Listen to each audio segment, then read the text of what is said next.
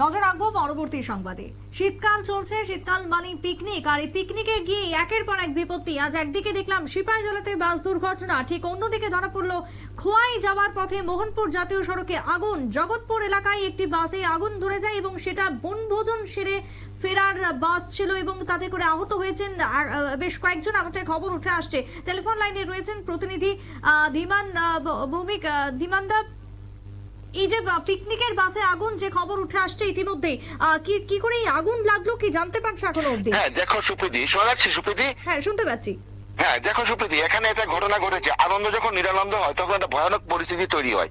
এখানে বনভোজন প্রেমীরা যারা বনভোজন সেরে সিপাহীজলা থেকে আসছিলেন খোয়াই যাওয়ার পথে, তখন তারা জেনারেটর চালিয়ে, যতটুকু আমাদের কাছে সংবাদ, তারা জেনারেটর চালিয়ে ফুল ভলিউমে বক্স চালিয়ে নাচছিলেন। এমন সময় জেনারেটর এতক্ষণ চলার পরে জেনারেটর হিট হয়ে ব্রাস্ট মারে দেয়। ব্রাস্ট মারার ফলে পুরো গাড়িতে আগুন ধরে যায়।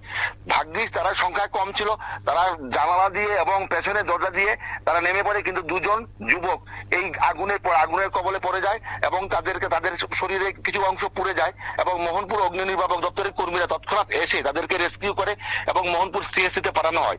তারা দুজনে এখন মোটামুটি ডাক্তাররা বলেছে তারা আশঙ্কাজনক অবস্থা রয়েছে, তাদেরকে ছেড়ে দেওয়া যেতে পারে এই ধরনের। কিন্তু কথা হচ্ছে এখানে এই যারা বনভোজন করেছে এবং বনভোজন করার সময় তাদের সবসময় দেখা যায়, আমরা সবখানে দেখি বনভোজনের নামে একটা নেশাগ্রস্ততা একটা মানে দেখা যায়, মানে এটা সবসময় থাকে এবং এই নেশাগ্রস্ততার কারণে এবং অসচেতনতার ফলেই তারা এই আজকে যে এই দুর্ঘটনা ঘটেছে মোহনপুর জগৎপুরে, সেটা ভয়ানক পরিস্থিতি। এবং এই গাড়ির সঙ্গে পরে যে শালীনতা সেটাকে হারিয়ে ফেলছেন অনেকে এবং যার কারণে এই ভয়াবহ বিপত্তি। 100% অবশ্যই এই বনমালীর স্বাধীনতা হারানোর ফলেই এই ঘটনাটা ঘটেছে। এবং এতক্ষণ যাবৎ জেনারেটর তারা তাড়িয়ে বক্স, এত বড় বড় বক্স এত সাউন্ডে চলছে, মানে এগুলি আরক্ষা দপ্তরের কর্মীরা বা যারা রয়েছে সংশ্লিষ্ট দপ্তর তারা কোন রকম কর্ণপাতই করছে না। এত মানে ভলিউমে বক্স চালিয়ে যাচ্ছে জেনারেটর দিয়ে, এগুলো বন্ধ হওয়া দরকার, না হলে কিন্তু নিত্যদিন এই ধরনের ঘটনা ঘটবে সুপ্রীতি। অন্যদিকে রাজ্যে তো ইতিমধ্যে ডিজে সংস্কৃতিকে বন্ধ করা বা প্রত্যাহারের দাবি বারবার জানাচ্ছে সরকার, তারপরও এই বনভোজনের নামে চলছে তারস্বরে গান বাজানো বিভিন্ন জায়গাতে। এ নিয়ে কি এখনো অব্দি প্রশাসনের কোনো পদক্ষেপ রয়েছে?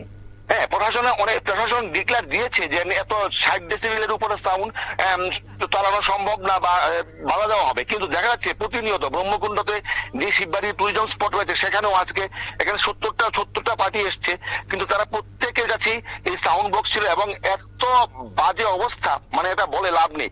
সুতরাং প্রশাসন যদি মানে কড়াভাবে যদি পদক্ষেপ না গ্রহণ করে তাহলে কিন্তু এই ডিজে সংস্কৃতি চলতেই থাকবে এবং এটাকে এক্ষুনি বাধা দেওয়া দরকার আমার মনে হয়। মানে বনভোজনের নামে বিভিন্ন ক্ষেত্রে চলছে বেলিল্লাপনা এবং তাতে করে যে সামাজিক যে ভারসাম্য সেটা নষ্ট হচ্ছে, এমনই কি অভিযোগ?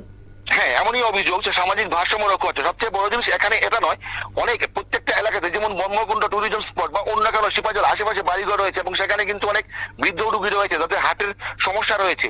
এই সমস্ত উচ্চ স্বরে মাইক বা বক্স বাজানোর ফলে তাদেরও সমস্যা হচ্ছে, কিন্তু এই জিনিসটা কিন্তু লক্ষ্য নেই। সরকার একটা নোটিফিকেশন দিয়ে কিন্তু তৎক্ষণাৎ সেটাকে যে বাস্তবায়ন করা, ইমপ্লিমেন্টেশন করা, সেটা কিন্তু কড়াভাবে নেওয়া হচ্ছে না। যার কারণে কিন্তু এই বেল্লাপনা এবং এই সাউন্ড বক্সের যে বারবারন্ত সেটা চলেই যাচ্ছে এবং ক্ষতি হচ্ছে আপামর জনসাধারণ।